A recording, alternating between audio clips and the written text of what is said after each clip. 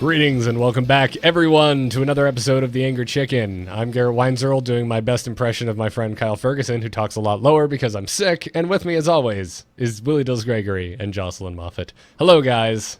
Yo. Hello. We'll try to do most of the talking tonight. We'll make this easy for you. Yeah, I'm gonna be like Andy Richter on Conan, and I'm just gonna sit in the back and laugh at random things, and every now and then I'll have a quip. Mm-hmm. Just pipe in with a one-liner. Yeah. Retreat back to the couch. If I could do an Andy Richter impression, this would be great, but I can't. This is the best time to get sick, though, dude. Before you get married, before BlizzCon, don't get sick like during those things. Get sick before, all out of the way. Yeah, all out of the way. But what if Con Crud also gets me? So what if I spend this week sick?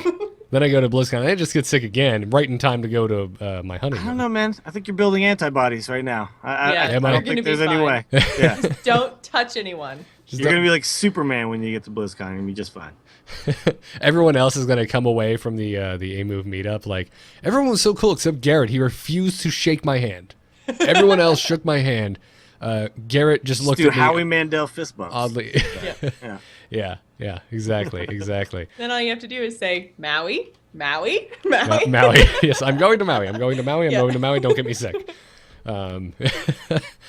Which, speaking of which, I know we kind of alluded to it already, but we have an official date and time and all that jazz for our BlizzCon bowling meetup this year. We've been doing this for like 4 years now. It kind of reached critical mass last year. So we're doing it again, guys. We're doing the A-Move TV BlizzCon Bowling Meetup. And this year, word has it, we're officially also having Frog Pants producers showing up as well. Since last year, all of them showed up. So we figured, hey, this year, why don't we just bill it as the A-Move/Frog Pants Meetup? Mm-hmm.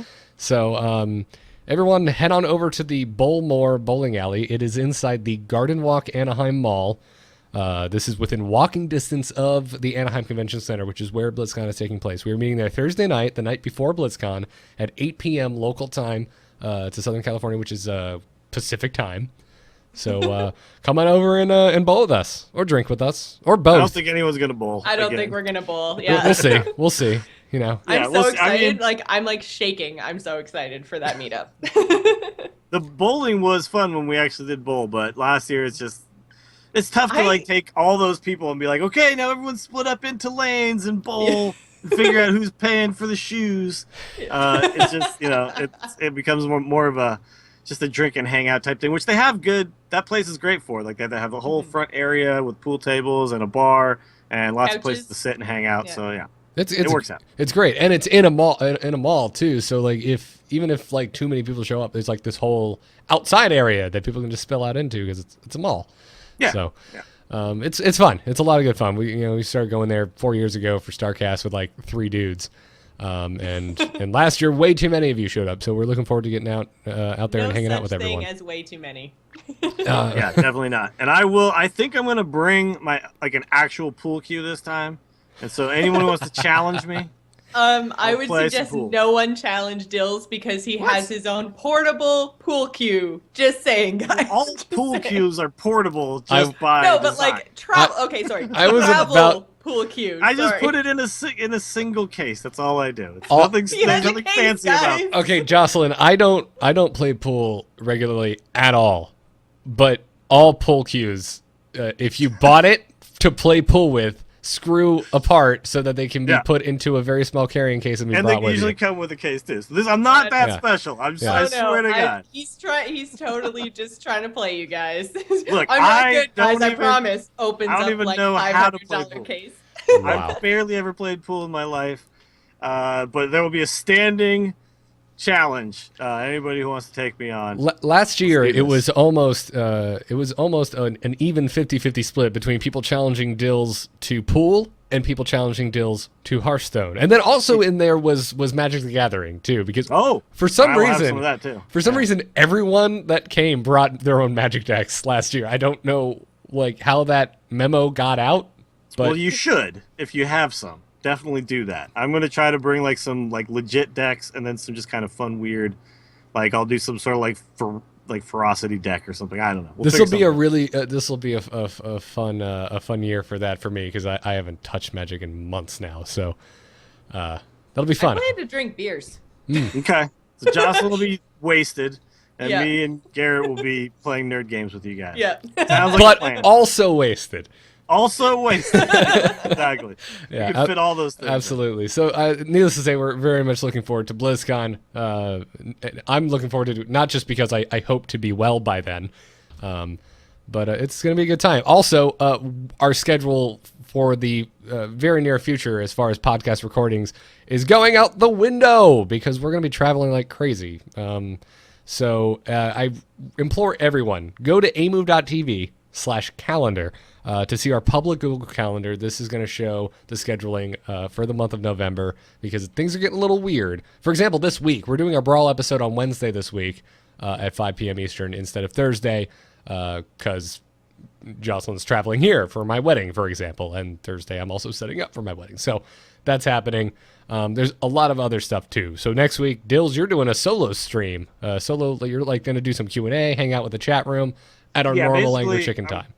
This is my first week of working from home and streaming daily, and then of course it gets completely thrown out the window because then I go to BlizzCon. So I stream daily for 3 days and then go to BlizzCon. But so I will be streaming during the day on my stream, but when TAC time starts, I'm just going to bump over to the A-Move channel, and so everyone can just follow me over there. And I'll basically do, I don't know. I might, give people a way to call me or something. We'll figure something out. I'm not really worried about it. I'm just going to hang out with you guys so we get to still kind of feel like we're having TAC on Mondays. Right? Yeah, it's basically a TAC hangout with Dills. Yeah, there you go. Yeah. And maybe if, someone else is around who's a TAC-ish person, I'll bring them in. I don't know, whatever. I'm going to play it by ear. I'm just going to have fun with it. No big deal. It's going to be fun. Yeah. Yeah, it's because, Joss and I will already be out and about. Jocelyn, you'll be probably hitting up some park in Florida. I'll be flying out to Los Angeles a little early for BlizzCon. Yep. But there's some other stuff going on. Really, the big thing is our live episode that we're doing at BlizzCon. We do this every year from the AIE Guild Hall. That'll be happening after the first day of BlizzCon. That's going to be Friday, November 6th. We're going to be getting together and recording an episode of The Angry Chicken all about whatever Hearthstone announcements. It's probably going to be an adventure. Let's just put it out there. Something. Probably going to be an adventure. I'm hoping for more. Yeah. Hopefully it's Ice Crown. Adventure Plus. Adventure Plus, yes. Mm-hmm. But we're going to be talking about that. It's going to be going down at 9 p.m. Pacific time. We'll be in the Hilton and the AIE Guild Hall. So if they're allowing people in there, come see us. I mean, as far as I know, they usually allow kind of anybody who wants to come in. If it gets crazy, that might become a problem. But in the past, it's been okay. Yeah. But if you're not a member of AIE, don't be a dick. If you show up and they say you can't come in, just understand that there's probably a reason if that does end up happening. But I don't foresee it being a problem. But definitely we want everybody who is at BlizzCon who listens to the show to come by. So that's going to be a really fun episode. Whenever I'm not sure if I can get into a place, I always just say I'm with the band. There you go. Tell me with the band. With the band. If you go to what band? There's no band. You'd be like, the band. If you go to the fair and they don't have a band, my dad used this one and it actually worked. We're with the Ferris wheel. The only time I've used this, the only time I've ever actually used this, it totally worked one time. I told the door guy the actual name of my actual band and told him that we were supposed to be on the list. He couldn't find us on the list, and my band was some little crappy punk band I was in. I wasn't even 21, and I got into a strip club. Trying to Lovely. And I was like, yeah, man, I'm with Youth Gone Wild, the band, we're punk band, blah, blah, we're supposed to be playing, whatever. And he was like, I don't see you on here. And he's like, well, all right, whatever, man. The thing I find way more interesting about the story is that there is a strip club where there is a live band playing. Well, it's, it's San Francisco. Everything's weird here. There's a strip club that's owned by the strippers here. So, That makes way more sense to me than a strip club with a band. You've never seen a band at a strip club? No. You're going to the wrong strip clubs, man. I've only ever seen the way too into it DJ. The lead singer of a punk band's give it up for Destiny, everybody. Now, the stripper or the bungee game? See what I did there? Anyway, folks, this got really out of hand really fast. Thanks, Dills. It's just an anecdote. I'm from Florida. I'm the one that's supposed to start the strip club discussions. Yeah. I think that's actually the last time I went to a strip club because I really don't like them. They're not at all. Wonderful. Well, if you're not too busy partying at a strip club Friday night after the first night of BlizzCon, come on over, see us record a live episode of The Angry Chicken. And yeah, check out amove.tv/calendar for all the crazy scheduling nightmares that are happening in the first half of November. Can't wait for BlizzCon. One thing is we're gonna fit as much in as we can to like not just actually miss episodes. Make the schedule funky, because we want to make sure like you guys, we have awesome patrons, and we feel like it's our job to make the show still happen. So absolutely, we're working with what we got, and we're gonna make sure that we're still bringing you guys content. So if you're worried about it, we're going hard. Going real hard, and there's lots of stuff still happening. Yep. Also, big fat thanks to Alpha Geek Radio, because they go out there every year. They have an amazing mobile setup, and that's the whole reason we get to record live shows from places like Nerdtacular and BlizzCon and still sound pretty damn good. So, thanks to them. All right, let's get into this week's Hearthstone news. Good news, everyone! Guys, BlizzCon's next week. I don't know if you knew this, but that's kind of the big news, which also means that the other big news is that the Hearthstone World Championship is starting this week. This week, guys. No wait until BlizzCon. In like 2 days. Yeah, not even kidding. It starts this Wednesday, the 28th, with they're going to have group stages. So obviously we have 16 players at the moment. We're going to do 4 groups of 4. We're going to whittle this down to the top 8, which is what we will see begin at BlizzCon, at the top 8 Hearthstone players in the World Championship duking it out to win a piece of that prize money. So it's starting Wednesday the 28th. It's happening at the ESL Studios in Burbank, California. Just like last year, it's going to be streamed on Twitch. I'm sure you can actually go see this live if you're local.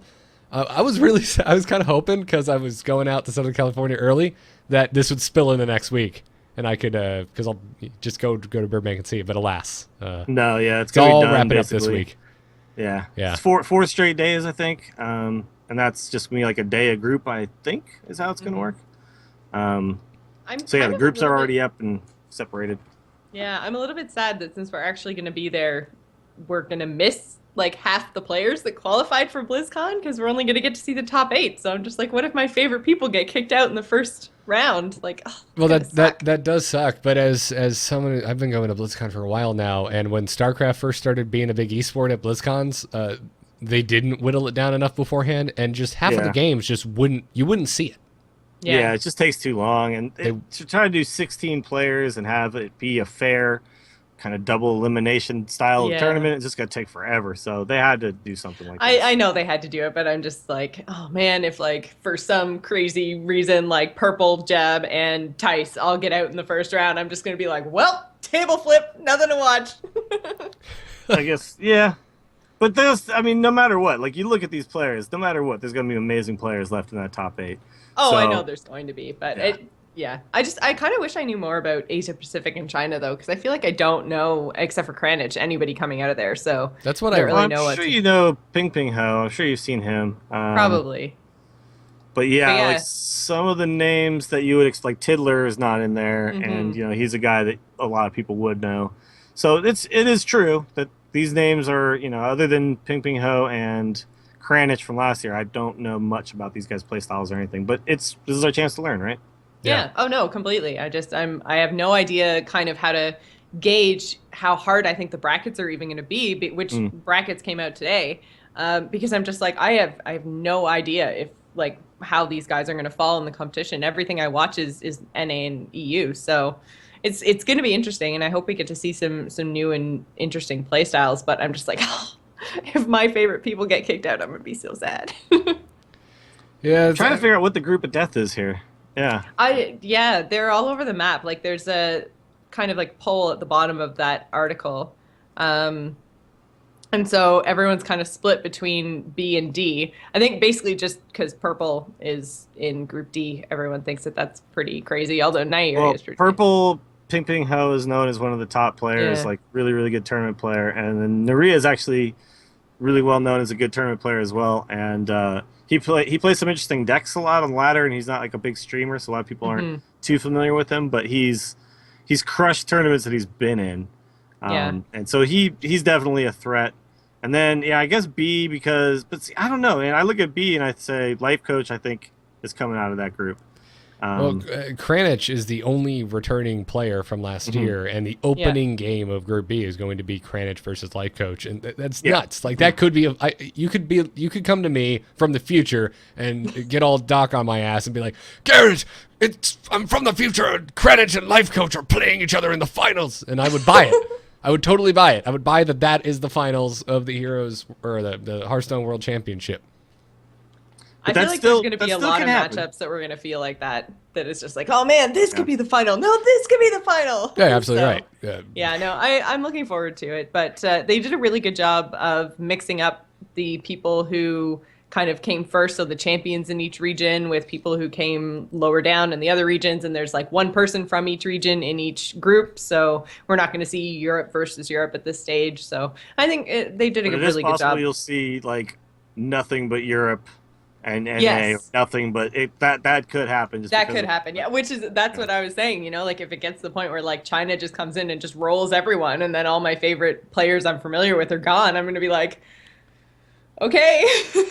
Like, well, let's check out StarCraft then. Yeah, exactly. To the arena. Well, Jocelyn, I mean, if you really have something against China, which I feel like I'd go deeper here with a racist joke, but it's actually impossible for it to be nothing but Chinese players because there's only 4 of them. Yeah, I know. So no, but it could be only Asian players or only NA and EU players could possibly. It is possible. However, unlikely, because 2 players from each group are going to get to the final 8. Right. Yeah. Well, that's one of the things I really like about the way that this is divided up is that the regions are divided up very nicely. We're not going to have we're not going to have Americans eliminating other Americans and Chinese players eliminating other Chinese players. We have a very good chance to see a good multinational kind of representation going into the round of 8 at BlizzCon. Now that's it's not guaranteed, but the way that these groups are stacked up, it leaves some pretty good chances for that to happen. No, I agree. And I do think like while we might be normally used to having someone tell us what the group of death is, as I looked through this, I was like, I really don't think there just is one. Like I think there's some guys who might feel like they have slightly easier groups, but at this point, as much as we've whittled down this field, there's not a weak player left, right? There's not like maybe you could say like Nias is like the least experienced player because he like didn't play any tournaments. Nobody really knew who the guy was. He kind of just came out of nowhere to have this amazing run. But outside of that, all of these guys are seasoned, tournament players, ladder players. We've weeded through all the guys who are kind of on the outskirts who got a little lucky or something maybe. And these guys, nobody got lucky here. Everybody earned their way in. Everybody played really, really well to get here. So, I can't even look here and say, oh, this guy's definitely getting through. Like anybody can go down. The only thing that I've heard, I think I saw a 6-0 tweet earlier today that Navi was really excited about Oskaka's group. Thinks that he's got a pretty good shot going through. So, well, he's got hot form, which is a tough. Yeah, maybe Neilio and I know Neilio's like a more aggressive player, so he could take down anybody really. Yeah. But yeah, I guess that's maybe there's something to that. Yeah, because I haven't heard what the strongest group is per se, but that's the only kind of comment that I've heard about what might be the easiest group to get through, and yeah, that's Group C. So it'll be interesting to see how everything shakes up. Yeah, I looked at Group B and I think Life Coach is definitely going to get through this group. Like that was the only one that. Because I know Kranich has a lot of accolades as well, but to me, like just Life Coach, unless he was up against, if it was like Jab and Ping Ping Ho or something, we're also in his group. Like, I see him as just kind of making it through pretty easily. But everybody else is gonna have a tough road, and even he will too. But so I believe in Life Coach. I think he might actually be my favorite to win the whole thing. Really? Yeah, I think so. So we're going to have an exceptionally long finals then, is what you're telling me. We will no matter who's there, because that's going to be, that's when, your butt cheeks clench a little bit extra when you get to the grand finals, right? Oh my God. Dills, you're on a roll tonight with things that are slightly uncomfortable, but really funny. I mean, none of us know what that feeling is like. And none of these guys do either. So they're going to... Would you... Part of me, I'm not saying this is for everyone, but there's got to be some people out there who get to the finals and might relax a little bit, because in this scenario, if you make it to the finals, you're walking away with at least $50,000.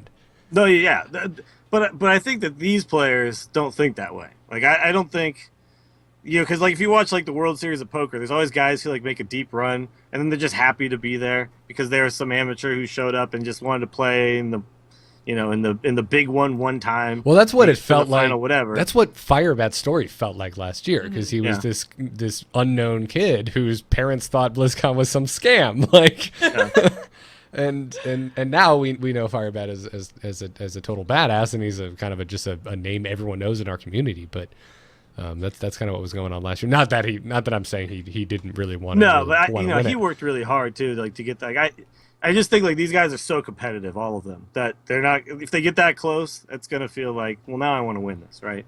Yeah. Whereas, you know, I think like when you watched the NA finals, like Hot Form even said, like once I qualified for BlizzCon, I was totally relaxed and didn't care, because that was really that's the ultimate goal. Yeah, that's the goal. Yeah. But once you're at BlizzCon, there's no other ultimate goal that you're like, cool, we did this, you know. Yeah, that's I know. Tice gave an interview after he won EU, and one of the questions, I can't remember who did the interview, but one of the questions was like basically, what are you going to do with the money you just won, because Team League had just finished up. And he was just like, I don't even know. I might as well not have won that money. Like, I've just been so focused on getting to BlizzCon and winning BlizzCon that he's like, the money isn't even a thing right now. Like, I'll worry about that in December. But right now it's just, you know, go, go, go. And I think that they're all in that same sort of headspace now, where they're just like, there's a prize pool. Like, whatever. I just need to win BlizzCon. Well, winning the actual thing is worth more than $100,000 too, because it means you're suddenly, if you're not on a team, you're suddenly on a team, which most of these guys are. But if you're not getting a lot of invites, you suddenly are. Like, you know, suddenly you're a big name if you weren't before. Yeah. So Dills, Jocelyn has gone on now of her favorites. You know, you said you like Life Coach to win it, but is there a particular player that you're rooting for just as a fan? I mean, I think I would really like to root for Jab. I think. He just seems like such a nice guy, you know. It's like seems like the ultimate nice guy who just puts a lot of time and effort into thinking about Hearthstone and coming up with decks that are interesting and different. And his stream is really pleasant. I don't know if anyone's ever watched this stream, but it's one of the most pleasant streams you'll ever find. He's very soft spoken and stuff, but it's just super positive about everything. He doesn't get salty about stuff. So I really like him as just like a person and a player. Unfortunately, I didn't get to go to the freaking game night when he was there. I didn't get to actually meet him, but I'm friends with some of the Hearthlytics guys too. So I'd say I'm probably rooting for him the most out of anybody. But I also really like Life Coach just because his analytical approach and stuff. So it's kind of those two guys. I'd like to see a final with both of them. That would be fun. Nice. I like Tice. I've always been a Tice fan. Since you know, the early days when he was like one of the few people repping Shaman. So.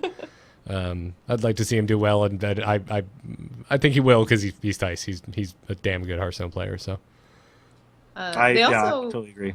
They also announced all of the talent, all the casters and stuff too, which I think if we're only going to see 8 players at BlizzCon, there's actually more casters than there are players. Yeah, there's a lot of casters, but that's good because casting is it's demanding. To do it for the amount of time you do it for, to talk that much, to kind of like be on for that amount of time, especially in front of a crowd that size, and I'm sure the numbers on Twitch and live stream will be insane. You kind of need to be able to rotate in and out and to keep the quality up. So they've got a nice core now, I think, after the NA and EU finals. And then I've heard that there's going to be like Chinese streams and stuff too, with like Eloise will be casting for those. So they'll have even more that we won't see. Casting for other countries.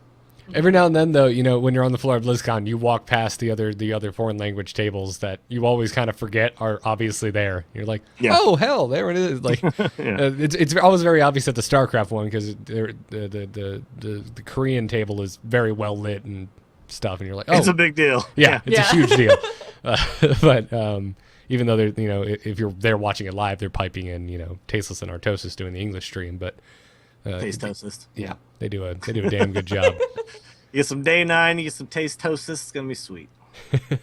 Yeah, God, you weren't kidding. I just pulled up the caster. I glanced at it earlier, but I never really. There's so many damn casters. My God. No, there's so many casters. Well, there's Rachel Seltzer. She's hosting, and then Frodan, Kibler, Nimsh, Worthen, Savitz, obviously, Amaz, Reynad, Hyped, Crip, like. There's literally more casters than players. Yeah. It's like all the big players who didn't get there, and then like a couple guys who just kind of turned into casters at this point, right?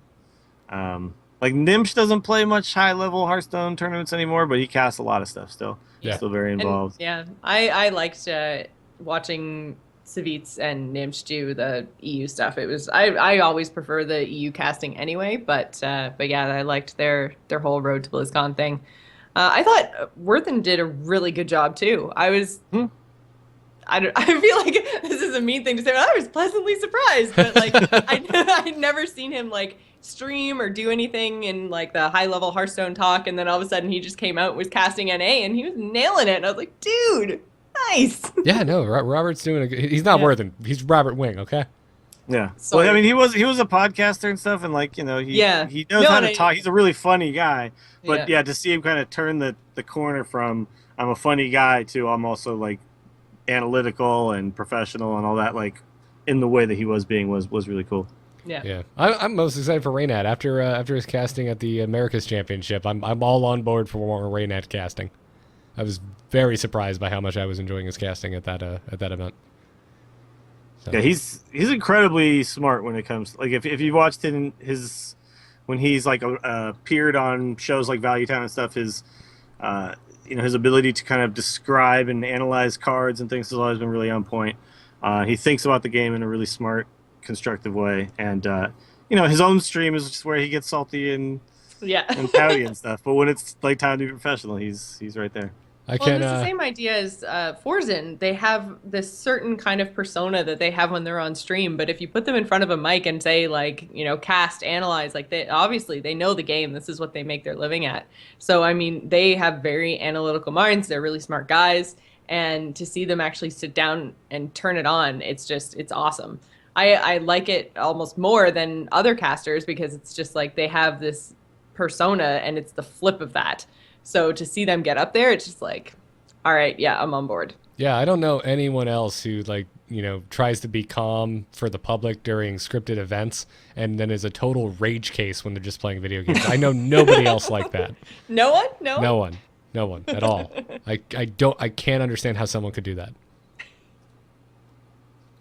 Pause for effect. Oh, the Garrett rage. Just let that one go, man. Yeah. Pause for effect.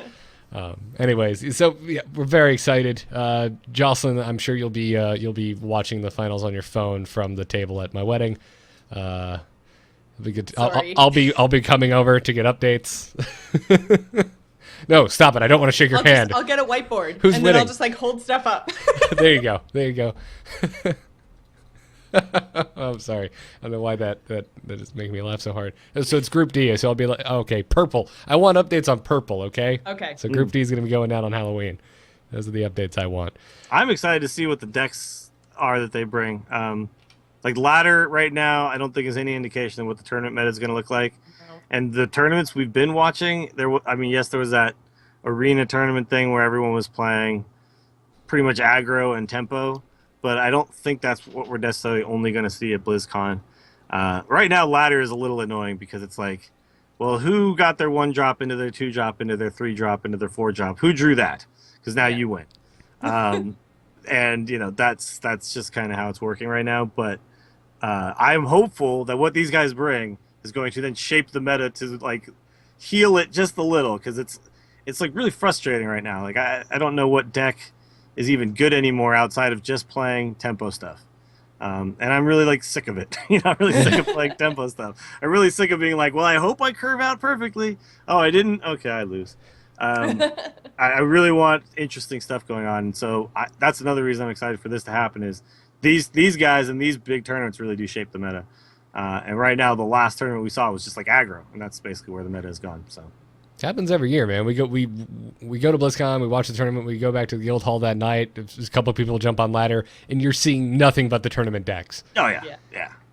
But that's fun. That's exciting. It's changes the way the game is played. Like I've been talking to a lot of people recently on our subreddit about some of the things that we've been talking about on this show. And one of the things that I have talked about is that one good aspect to if they were constantly changing cards would be a constantly shifting meta and just always something to kind of look at and go, oh, that's different. Now I'll try this out. Similar to what we get with like heroes. And when we don't have that, because card changes happen so rarely, what changes the meta is the top players, right? So when they're not changing stuff, everyone else is like flailing, trying to figure out what the hell to do. Things get really weird really fast. So this is like the big moment, I think, where we're going to see a big meta switch. It's also going to be really interesting because we have, I guess 8 players from regions that we're totally not familiar with. So it's going to bring a whole different, or potentially bring a whole different meta, a whole different play style, and some really crazy thinking, which has kind of been China's trademark in the last year or so. It's going to be interesting to see what they bring to BlizzCon and how that impacts the NA and EU ladders. So I think all in all, it's going to be so great. I can't wait. Okay, I want to go to BlizzCon now. Soon enough. We got to stop talking about it, man. We got to get there. Yeah, I know. So much for no news. It's going to be a short show. Nice. Well, before we move into crazy game stories, let's thank the people supporting us over at patreon.com/TAC, our patrons. Thanks to the patrons, we do an extra episode a month. We do an extra episode a week now. Thanks to you guys. So we really appreciate the support. Thank you to Justin K, Jeffrey M, Chris G, Aaron L, and Justin M. We really appreciate the support. Now, onward to crazy game stories.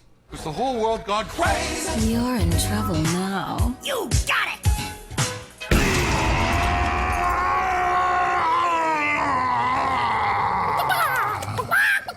You can send your crazy game stories to tacpodcast@gmail.com. Ours today comes to us from Blake. And Blake writes, "Hello, Angry Chicken. I would like to share my story about the biggest swing turn I've ever played. Earlier this week, I was playing Control Priest, playing against a Death Rattle Shaman." Did this email come from like a year ago? No. Okay. It's literally from like 3 days ago. Just checking. Just checking. The meta's all over the place, dude.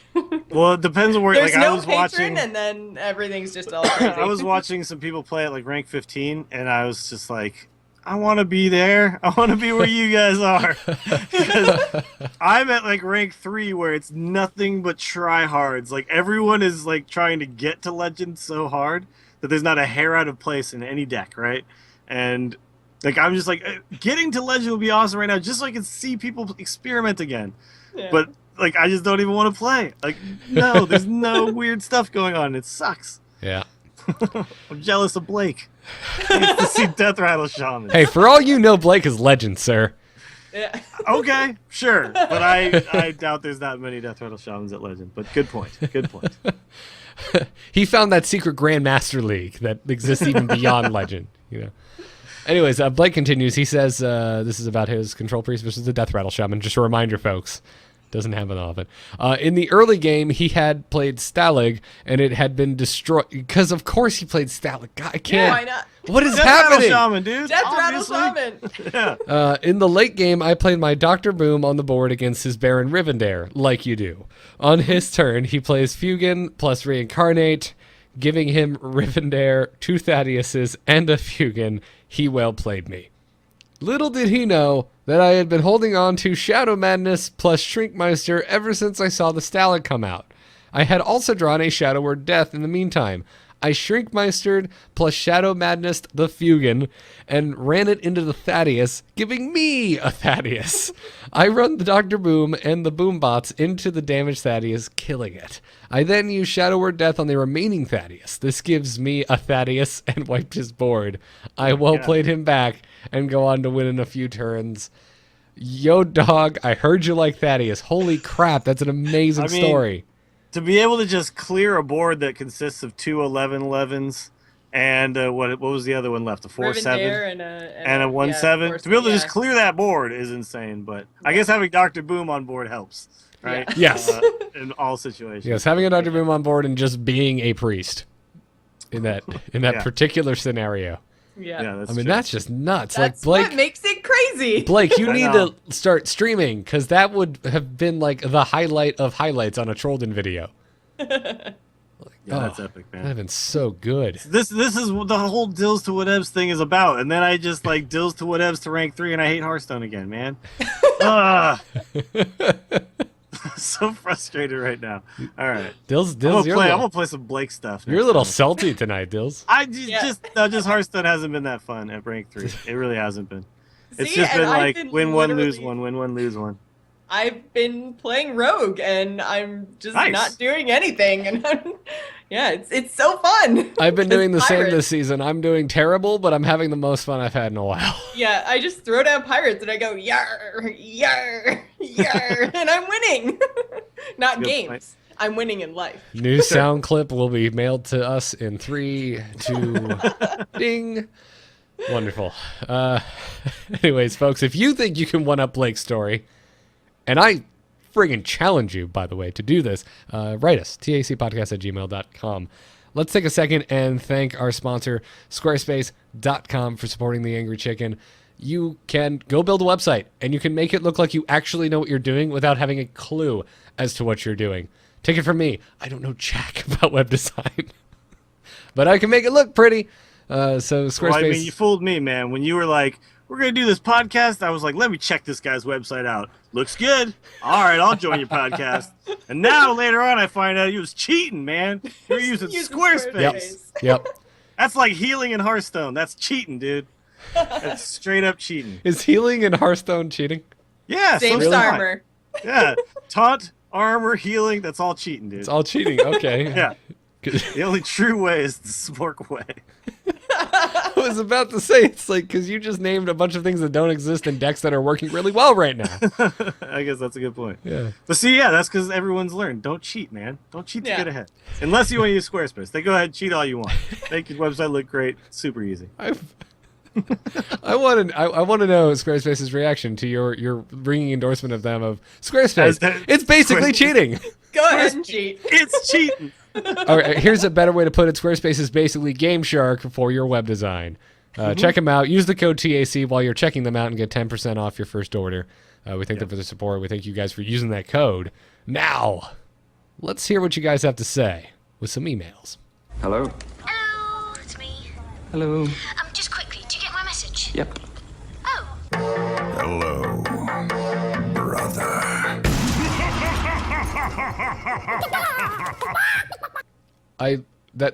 That laugh makes me even happier when we're this close to Halloween.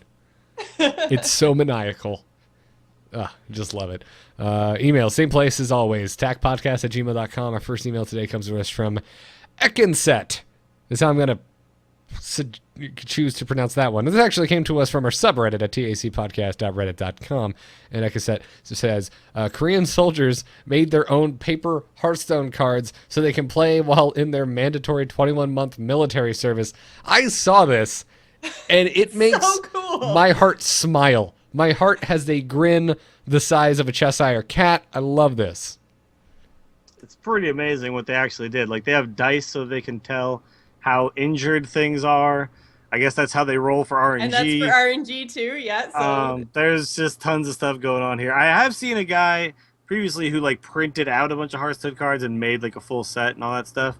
But the ingenuity here to just draw them all yourself yeah, is it's amazing. all, and that's the thing. They're all hand drawn, and I mean, some of the things like you just look at them and you're like, oh my god, it's Doomhammer, and you can totally tell like it's legit art. My Well, favorite is all the different friggin' Murlocs. Murlocs. Like- Yeah. like I they love I guess the tide collar with the staff and Yeah. the tidal wave with the eyes. Yeah, he's There are bas- more Murlocs. You can't really tell. he's basically just a circle with he's like a Pac-Man Murloc holding Yeah. up a staff. It's just beautiful, and I love this. Playing this must be just short of totally insane.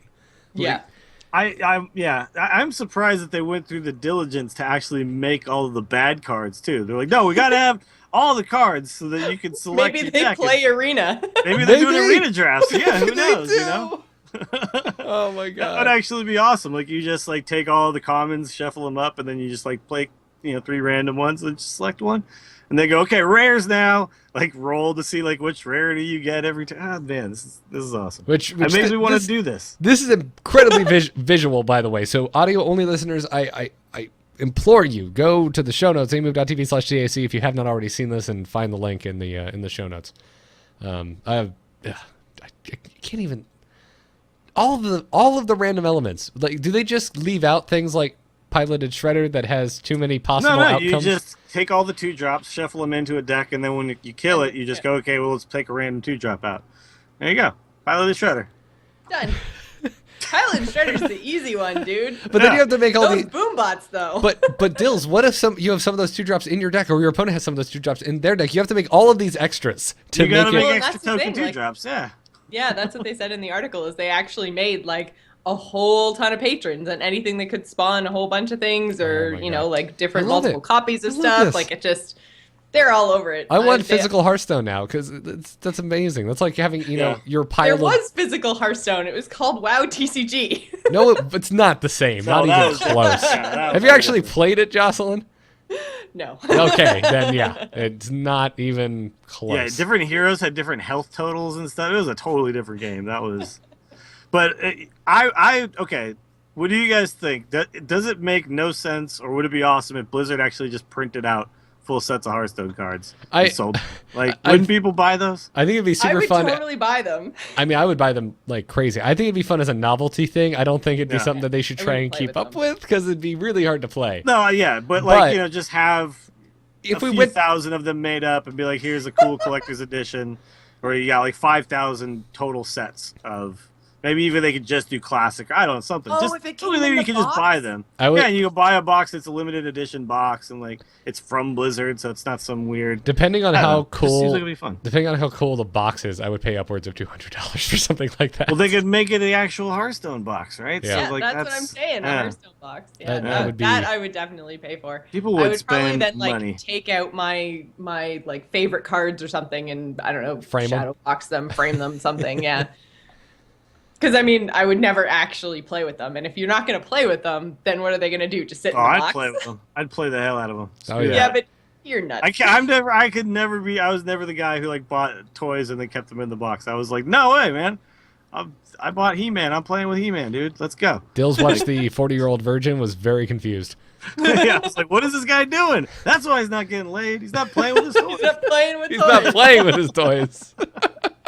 Nerd logic. I understand collector's items. I get it. I understand it. But I've just never been the guy who does that. Like, I want to take it out and play. I want to do what it's supposed to do, right? Oh, I'm right there with you. I've got all those DC Unlimited Warcraft figures. Now, I don't really play with them. They're just sitting on a shelf, but they're not in the box. They're not in the box, right? Yeah, you took them out, you displayed Yeah. them. So you see the actual thing. It's By the way, they're incredibly hard to dust. Like, just for the record. I know. I have a whole bunch of Skyrim dragons, and they're awful. Yeah, they're the Thankfully, worst. they're gray, so it kind of just looks like some shading going on. But guys, It just spoiler looks alert, like it's he's dust. he's getting older.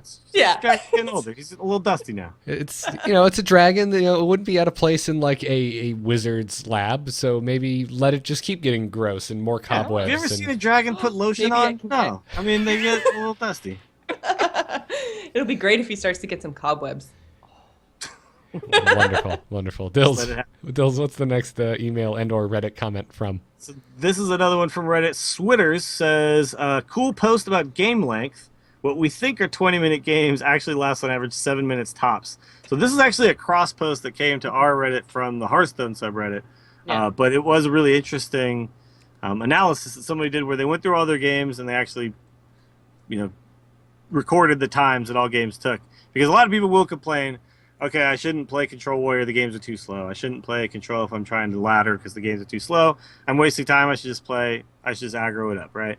But he found that the actuality is that your games aren't really lasting that much longer as a Control player. And it's a little bit overblown.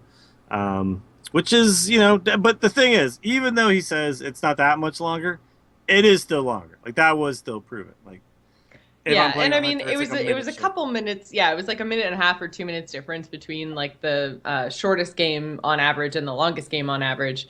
And if you factor that into how many games you have to play to get to Legend, you're still looking at a difference of like 600 minutes because you've got 2 minutes, 300 games, give or take. So you're still looking at 500 or 600 minutes, and that's like 10 hours. So that's still a significant chunk of time over the course of the month. But turns out that us saying that it's 20-minute games, they're actually not. It just Control versus Control can just feel bad sometimes.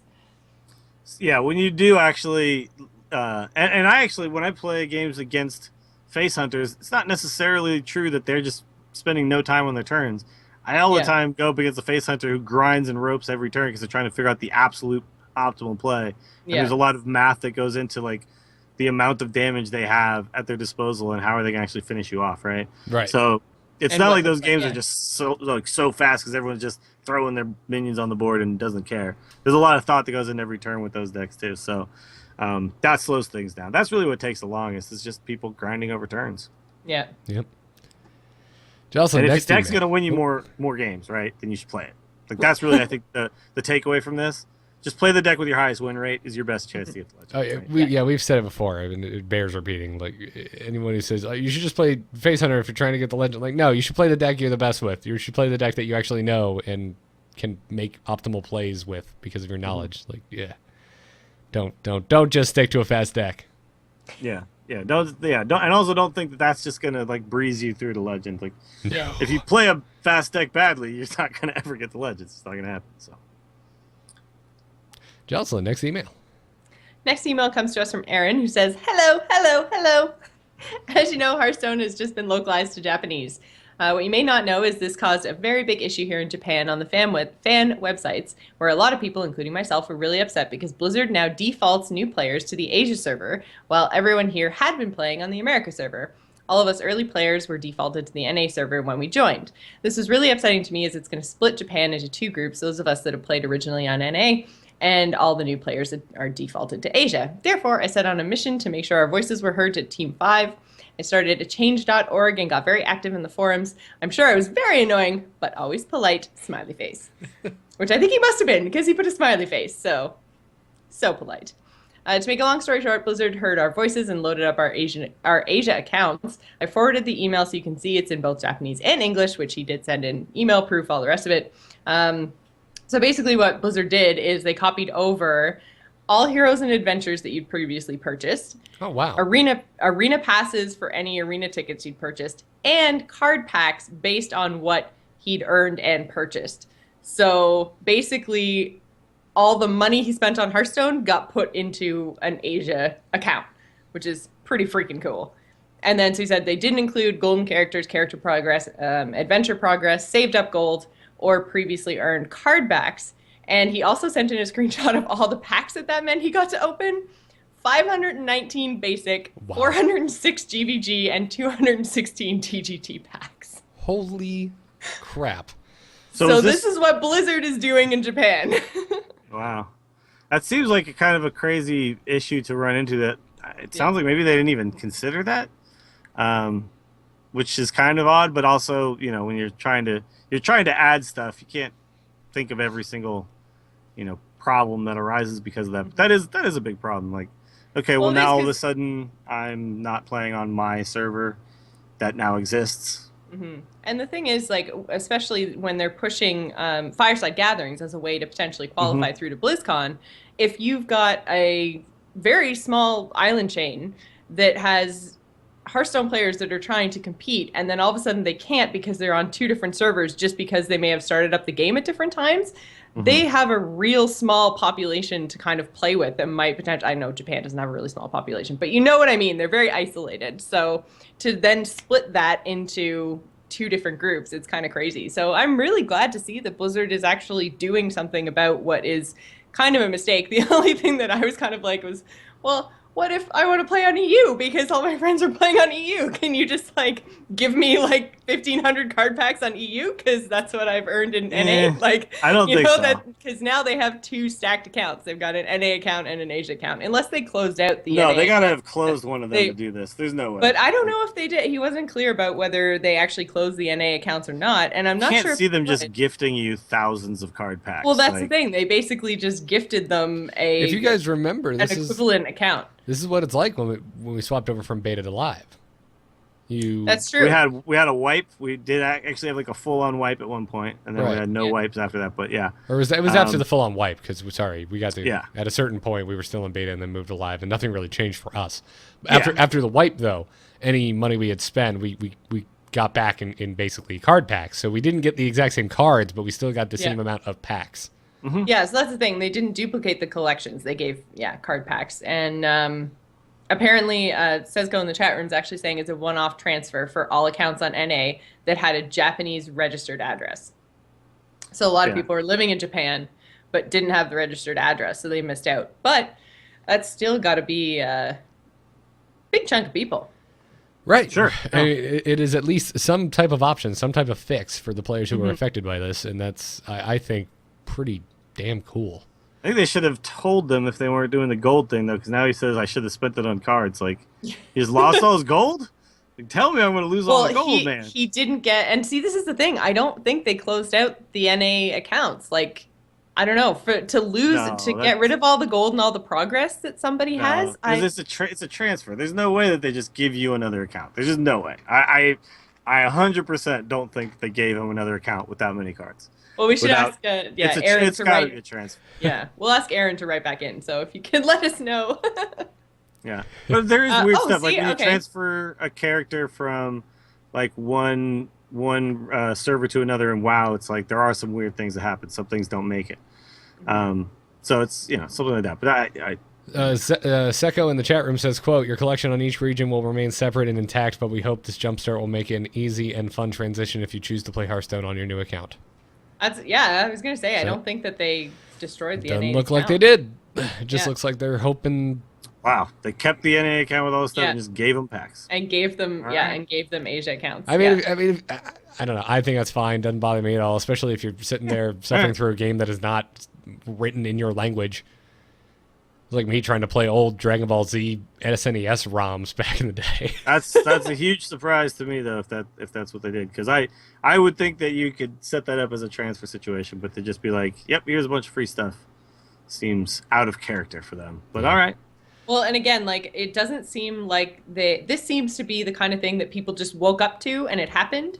It's not the kind of thing that I could go now and say, oh, what do you know? Suddenly I have an address in Japan and then get a whole bunch of card packs on the Asia server. Like, it was something that just, any accounts that fit those criteria, that just happened one day. And it was a one-time thing. Now it's over. It's done. So I can see them doing this and giving people the option if they were in that specific scenario. There couldn't have been that many players, I don't think, for them to do something like this. Yeah, the number had to be small enough that they were like crunched the numbers and said, well, keeping these people happy is more important. Is worth, than the money we miss out on by, because, like, I have another account. I haven't spent a bunch of money on it, but I didn't buy the adventures on it, so...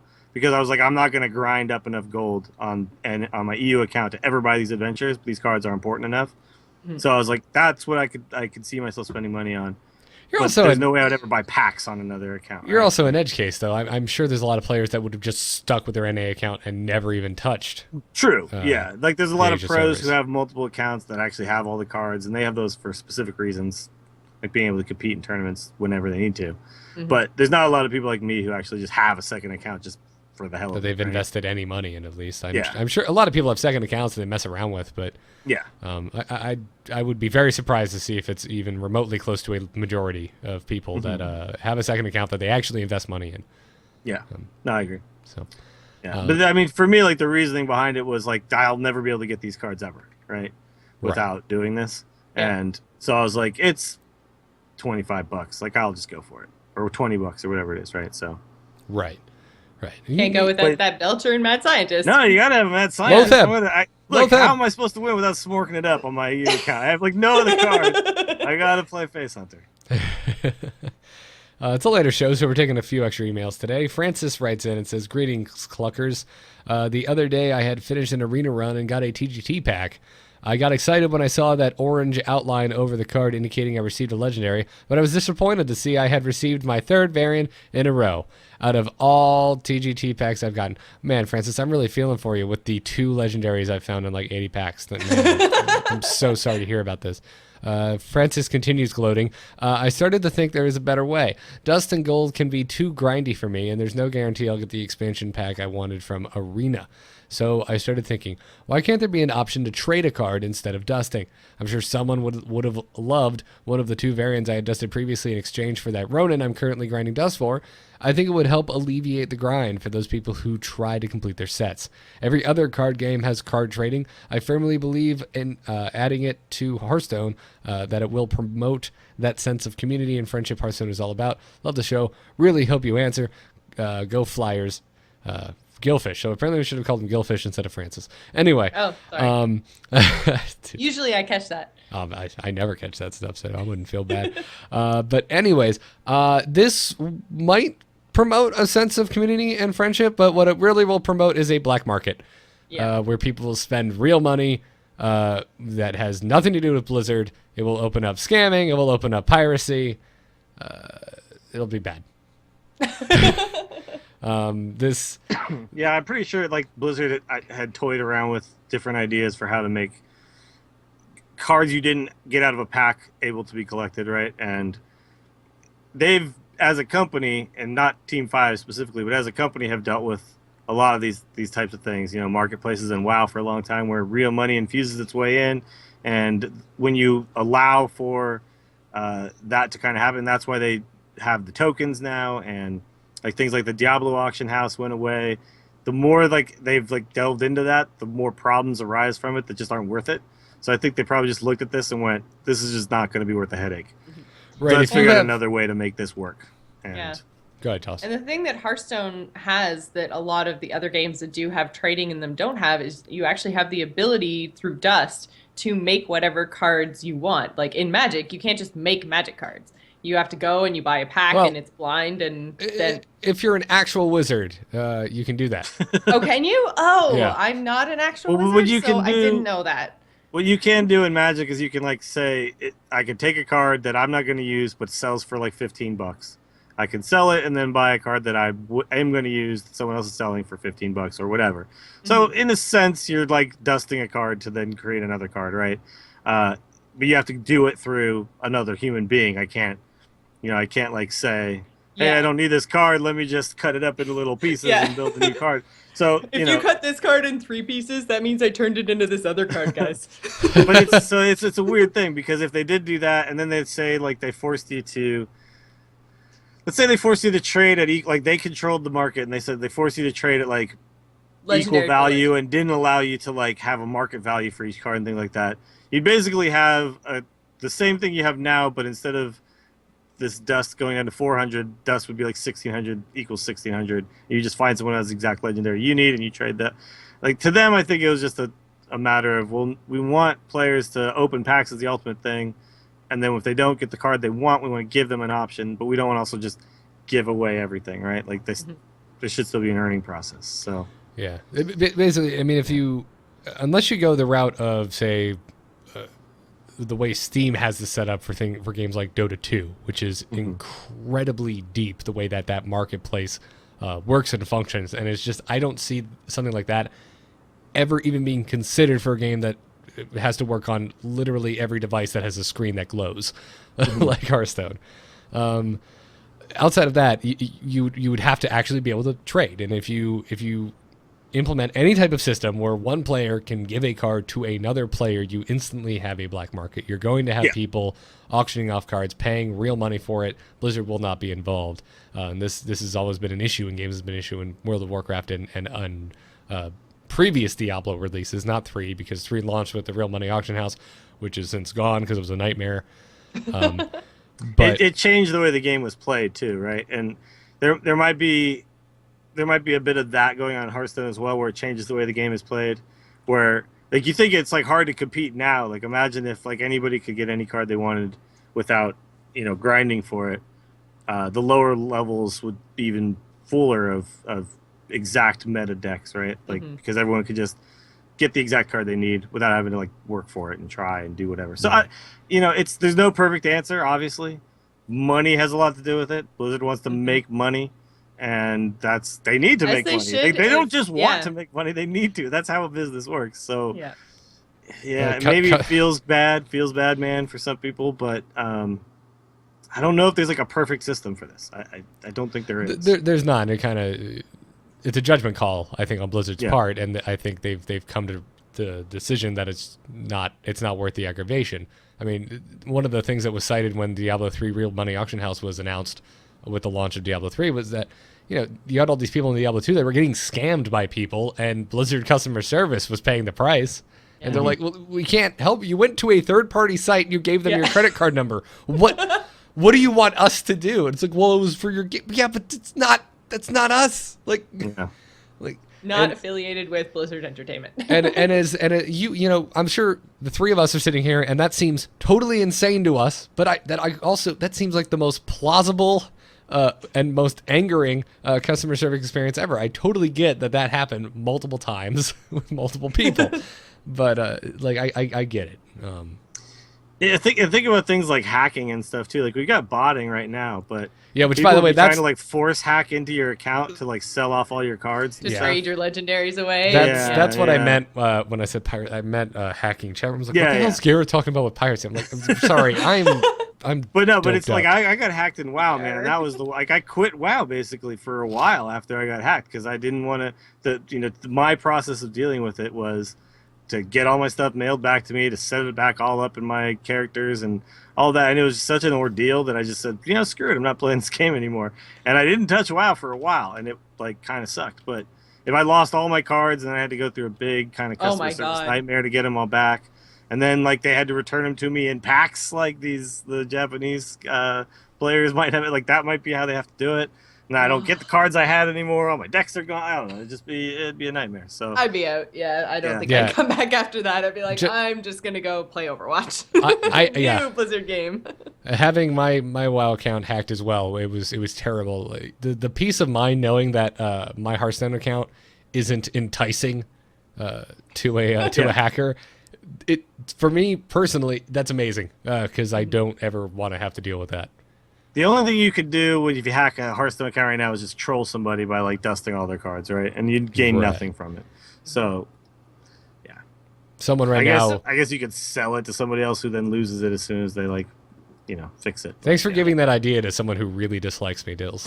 If they haven't thought about that. The truth is though, I don't think that Gilfish's idea is bad. I just think there's a lot more that goes into that than we or anybody else probably sees, and Team 5 saw the pitfalls and made a decision about what was more important to them. And once they made a decision I don't think that's going to change anytime soon. So, your idea is not bad. It's just there's a lot more to it, I think, than we all recognize. Right, absolutely. I'm sure there's things we're missing. And as we mentioned, there's parallels to be drawn with other Blizzard games where they've taken similar stances, like Diablo 3. I'm so glad the Real Money Auction House is gone, by the way. If I could just... No, the game is so much better now, the way it is now. Diablo was a game I barely touched when it had the Real Money Auction House. And I remember thinking when it first came out, oh, this is an interesting idea. Maybe I'll make money playing Diablo. And then I realized quickly, no, this is the worst. I don't want to play this game because of this exact thing. And now I play the hell out of that game. So love it. All right, we got one from Mason. It says, hello, TAC crew. I am what I consider to be a semi-free-to-play player. This means I don't have all the cards, especially epics and legendaries. I can only imagine that new players are in an even worse situation since they are missing many of the staple rares as well. Blizzard should add an extra card to existing packs when they release a new expansion to help new players catch up with old players, to allow free-to-play players a chance to pick up more cards they don't have, while also encouraging people with disposable income to spend more money for more dust for the few cards they don't own. Pros, doesn't discourage spending real money on older new packs while still helping free-to-play players. Helps new players start a collection of core classic cards. Would make Tavern Brawl more appealing. Cons, Blizzard would need to make their static 5-card pentagon shape the cards explode into when a pack opens into a dynamic 5 to 10 card shape. So what are your thoughts on doing a system like this? Love the shows. So I think what he's suggesting is as you get deeper and deeper, you add one card to the older packs. Mm-hmm. So when we get a new expansion, then the new expansion would give you 5, and then TGT would give you 6, and then GVG would give you 7, and Classic would give you 8, and so on until you hit a max of whatever Blizzard thought the max should be. But then everyone would just buy Classic packs. Well, so the problem is that you would buy classic packs because that would earn you more dust. And yes, Yeah, it would specific card you be need. yeah, it would be more it'd be a lot more worth it if you're pricing everything out to dust value. Yeah, so what you would do is you would buy like a certain amount of the new cards, and then once you got to the point where you had most of them, but you needed a few specific ones, rather than opening a pack with 5 cards in it, you would open a pack with 8 cards in it and 7 or 9 cards or whatever. And so you would then devalue the newest pack by quite a bit at a certain point, right? So I don't think you're ever going to see something like this. I do think that giving new players a way to catch up is something that they want to address, and Brawl already kind of did that by here's a free way to get a pack, another free way to get a pack every week. I don't know, like what. Again, I don't think there's a perfect answer. I don't think this is the answer they would go with, but it's an interesting idea. Yeah, I don't think we're ever going to see unbalanced card packs. I think the closest we would probably ever see is maybe some sort of a discount. So, like 50 cents off classic packs or something like that, as opposed to have more cards, which kind of accomplishes the same thing without actually giving you basically an extra chance at a legendary, really is what it does. So it kind of keeps things a little bit more balanced. But I don't know. I would like to see some sort of a catch-up mechanic, but then at the same time, new players coming into the game who do play and do their quests every week, you gain gold faster than you kind of realize. And if you focus on one specific hero and one specific deck, then you can build up your collection and get a pretty solid game going. Especially if you're playing like Hunter, Zoo, like there's ways to play around not having a full collection. You don't have the flexibility, and you aren't able to jump classes to top tier decks. But new players aren't ready for that. Like they don't necessarily have the skill and the familiarity with the game to jump from one to the other to the other. So I actually think it's kind of good that they get, I don't want to necessarily say penned in, but, kind of guided a little bit in that experience, that they have to start with a fairly straightforward, easy to understand, zoo type, face type, common card full deck. It's a deck that's not overly complex that they're going to be forced it's a to really create, good like gateway drug. Oh, you like Face Hunter, do you? Have you met Zoo? Oh, you like Zoo? How about going Handlock? Yeah. It is an interesting. I think it's something that they've actually said themselves too, which is it has to do with the rarities, right? They want the common cards to be kind of straightforward and pretty easy for a new player to understand, because they're going to see a lot of those early on, and then as you get to epics and legendaries and stuff, you can do some really crazy things that a player who's played a lot will understand why that might be good or not good. But when you first start out, it's like, well, here's a card that's just clearly good. It's a 5/6 for 5. That's good, and I do think that it's a problem that's going to have to be addressed at some point. I had heard somebody mention something that I thought was kind of interesting, is that at a certain point, you turn some of the older cards that used to come out of packs and just turn them into basic cards that you earn just by leveling up. So, like, you kind of change the pool a little bit and take some of those older classic cards that are common, move them into more basic cards, and then, it's like, well, we've gotten this far now. Let's let them earn some more cards, so they don't have to open up and get these specific cards. And there's lots of ways you can address this. I don't know, again, what the perfect If one they is, do but- that, they damn well better start assigning rarity to basic cards. Well, they would only do it with commons. That was the suggestion, right? No. You would only take old commons and turn them into basics. Give a rarity to basic cards, damn it.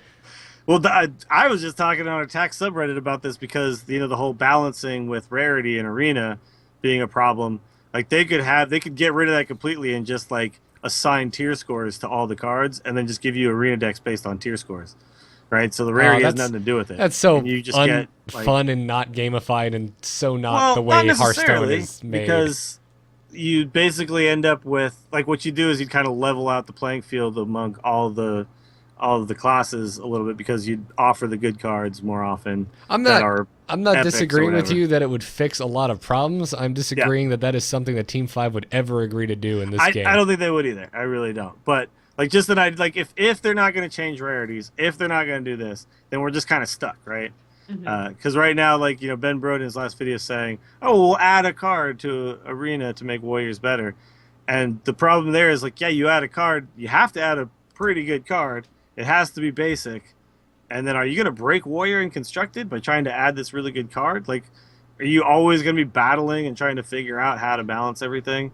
Or do we like have to attack this from a different direction? Yeah. And like, these are the ideas. That's right? the discussion we had. That's my disagreement with Ben Brett's Yeah. comments. And it's like, well, yes, I agree with you, Ben. But if that's your answer, if that's what you're going to say to placate, the warriors who want to have a good experience in Arena, you need to release cards faster, and it's not happening. I mean, they're doing pretty well, I have to say, but if you're not going to do that, if you're not going to have new cards coming out at a decent enough pace to be able to address imbalances like Arena Warrior, then you're going to need to do something like address rarity of the basic cards, or not completely destroy Warsong Commander.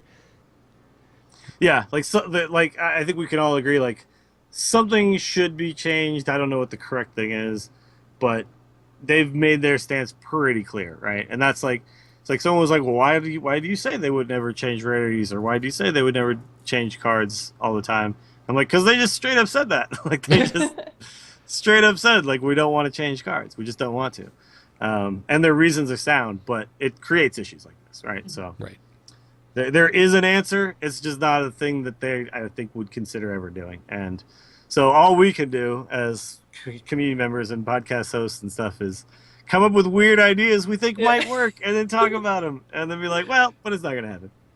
Well, but you never know what might, spark someone to be like, oh, wait, we can't do that, but we can do this. Yeah, so. no. And I'm sure, I know that they're talking about it. I know they're thinking It's about all- it. yeah, It's not it's- something that's like, push this. I think some people thought that our comments too, when we were talking to a Dwakta, was like that we thought, oh, they just don't think about Arena ever or whatever. Like, I don't think we think, none of us think that, but we do recognize that when this move gets made, what that really means is Arena is not at the top, at the forefront of the what's important to them right now, But and that's okay too. That's yeah, what it is. I mean, my point is it's been too long. It's been too long since Arena was addressed. Yeah, and I'm with you. But the same thing can be said for Constructed. Like Rogue and Shaman are like woefully underrepresented, and so there's never going to be a perfect balance. But there's a lot of like ideas that can be thrown out to address the problems with balance. Yeah, don't make cards like Poison Blade. There you go. Poison Blade did work really well in that last Tavern Brawl, though. I did try it, and it was pretty sick. So there you go. I wish I These hadn't cards are dusted just mine. made for brawls. Yeah, like it turns out that if you can buff your weapon and draw a card and gain a mana crystal all at the same time, Poison Blade's pretty good. Okay, all right. Make cards like Poison Blade, but also make good cards. Sure. Yeah, Rogue essentially got added nothing, right? They're like, here's Burgle and Beneath the Grounds. But Burgle! Poison Blades. I got Beneath the Grounded in Arena the other day, and it sucked. Oh, yeah. It was If you get rough. is it like late game, you Yeah. only got like 12 cards left, Yeah. you get a pretty good chance of drawing one The of guy those. got two Nerubians off of me. I had a real tough time. The Murloc Knight was not saving my butt in that game. I'm sorry. Anyways, Joss, final email for today. Sure, this one comes to us from Mark and actually says hello, hello, hello again, and I'm not going to try to do the annoying tone voice because I just realized I'd already done it once tonight. It says, so I know it's bad timing for you with all the BlizzCon coming the same weekend, but have you all thought of doing the Extra Life Marathon? For those who don't know, Extra Life is a 24-hour marathon benefiting Children's Miracle Network. The idea is that on November 7th, gamers play their games for 24 hours straight and get their friends, families, and viewers to donate to their Extra Life account. The proceeds all go to the Children's Hospital of the streamer's choice. I know the 24 hours of Hearthstone might sound miserable, but it's a great cause, and I know the tech community can come together and really make a difference. I'll personally be on stream at twitch.tv/ I'm going to spell it because I'm not 100% sure how to say it, RYZCHORIZO, or Z I think it's for you Americans. Rise Chorizo. Possibly, but I thought it was better to just spell it out just Sure. in case. Sure. So trying to get to Legend for the first time. The highest I've ever gotten is rank 2, which is so close. Maybe some can come join me to attaining Legend for the first time. Thanks, guys. Keep on clucking children to Legend. So I just wanted to, I put this in here because I've actually done the Extra Life charity for the last 3 years in a row. We're doing our stream on the 14th because this year... Why aren't you paying attention? attention? It does actually coincide with BlizzCon. Yeah, why is it on the day of BlizzCon? What the hell, man? Because they don't like me. I don't know. So we're actually doing it the weekend after, but I've completely and totally forgot through the month of October with everything else that's been going on that I just haven't been talking about it. So yes, we are doing Extra Life. It is bit.ly/TGI 2015 if you guys want to check out the team. I'm really, really, really excited about it, but it's post-BlizzCon, so I haven't been talking about it, but you guys should all go and check out the streamers who are going to be streaming on the 7th. If you aren't attending BlizzCon, you can watch streams, you can watch BlizzCon, you can do it all virtually, because you guys are going to be spoiled, and they're going to see so much more than I'm going to see at all. You can dance if you want to. You can leave your friends behind. Shut up, Garrett. Yeah, yeah. I'm I'm not really. I'm mildly disappointed because I'll be in a really awesome island enjoying my new marriage. But I'm mildly disappointed I won't be able to join you for the Extra Life stream This is this like year. the third year in a row that you've had something What? better No, going on. I'm sorry. Uh-oh, Less- Garrett hates the children. Hold on, Jocelyn. I'm sorry. Are you wiping the memory of me completely dominating your sorry ass in Cards Against Humanity last year? Are you just ignoring that I fact? actually did completely forget that you I did show up. that I showed up last year for Cards It Against must have been the Humanity, year before that you weren't around. and I believe we also did StarCraft before then. So Yeah, that's right. That's Yeah, right. All right, yeah. you did come out last year. Yeah. That's my bad. But yeah, so I'm really excited. You guys should go check it out. Again, that's the Extra Life Children's Miracle Network charity marathon. I'm excited. I am too. Everyone, make sure to go check that out. True Manny in the chat room says hashtag Garrett hates the children. Let's get it trending. Not really. Thank you, Manny. Thank you Found very two much. things out. Trick loves the kids. Garrett hates the children. I won't be able to. I won't be able to do Extra Life, but I do have a. We do have another Florida Fireside Gathering coming up in December. On December 12th, we'll be having our next Florida Fireside Gathering. Everyone should come and bring toys because we're doing a Toys for Tots drive. So there's my charity. So enjoy. So he So hates he the children, doesn't loves hate the the- tots. Yeah. Loves the tots. Yeah. We're not actually giving the toys to Tots, children. to be We're giving them to exact. tater tots. Yep. Hey Napoleon, give me your That was tots. very clever. That was very clever. They were like, well, let's find a way to pretend it's for kids. I really don't want Garrett hates children to become a thing that's everyone Not says after children. this. Too late. The The children. children. Yeah. Very Yeah. The chil- specific. Okay, so Single hopefully child here and there might be okay, but if I'm- you're talking the children, no. I'm hoping there's a band called The Children and that their music sucks so that this can be interpreted in that way. There's sweet children. I don't know about the children. The Sweet Children. Good reference. Oh no. The children. Oh, Dill's is I going to look probably this up shouldn't right now. Google this actually. No. It's not like Added to a database. I'm trying to look up the children. Where are the children? Does anybody see children? Where can I get the children? It's a 1980 film. It looks like a horror movie.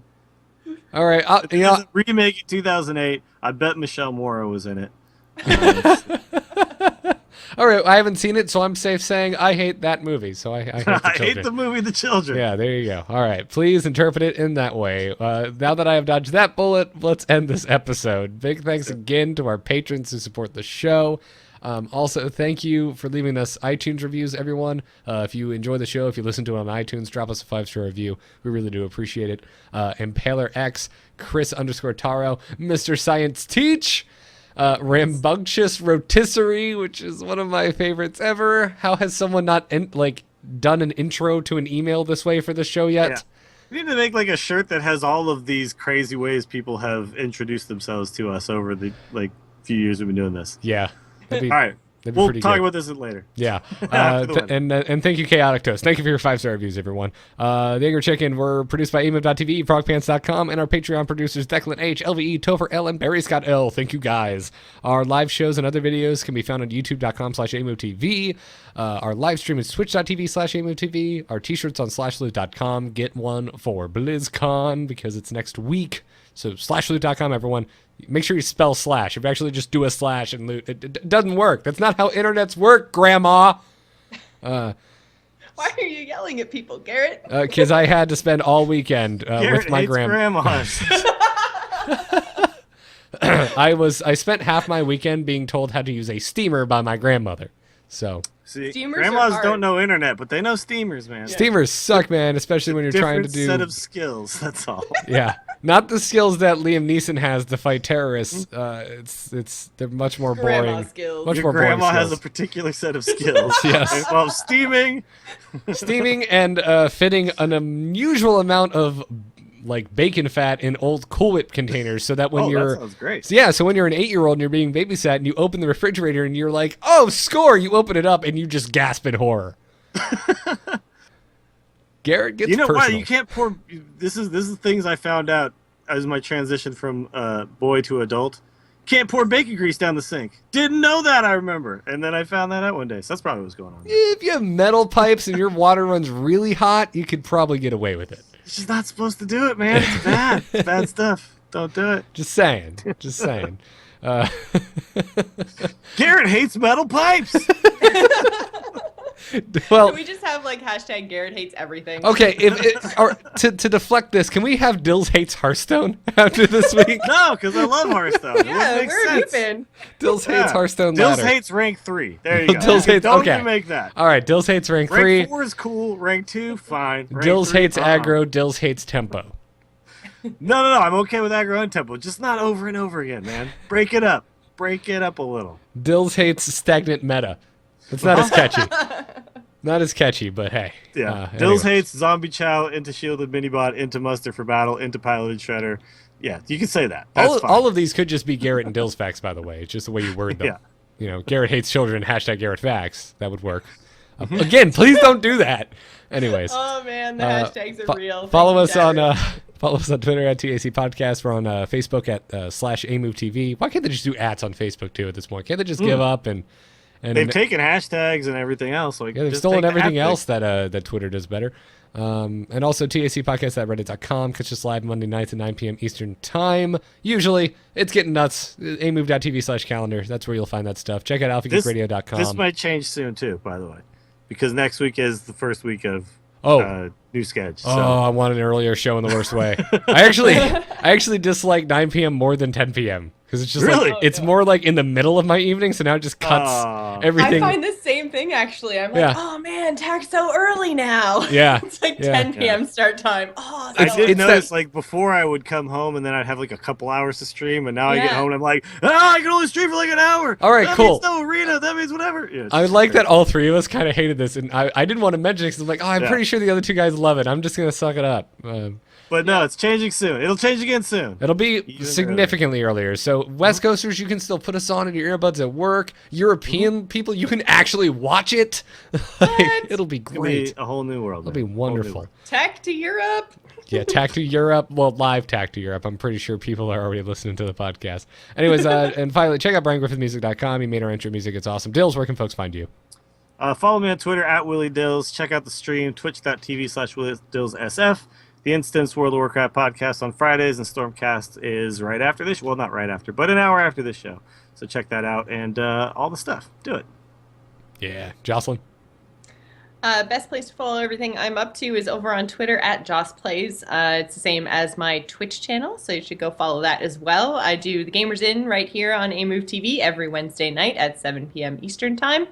And yeah, check out our Extra Life page, which is bit.ly/TGI2015. Woo! That's all I got. Follow me on Twitter at Garrett Art. Go to newmanart.com for my graphic design portfolio. I'm on Into the Nexus talking Heroes of the Storm. And I'm also on the Angry Nerd talking to myself. emu.tv/Angry Nerd. Check it out. Once again, big thanks to squarespace.com. Use the code TAC to get 10% off your first purchase. We thank them for their support. We thank you guys for tuning in, and we will see you Wednesday for our Brawl episode. Until then, job's done. Job's done. Job's done. Yes!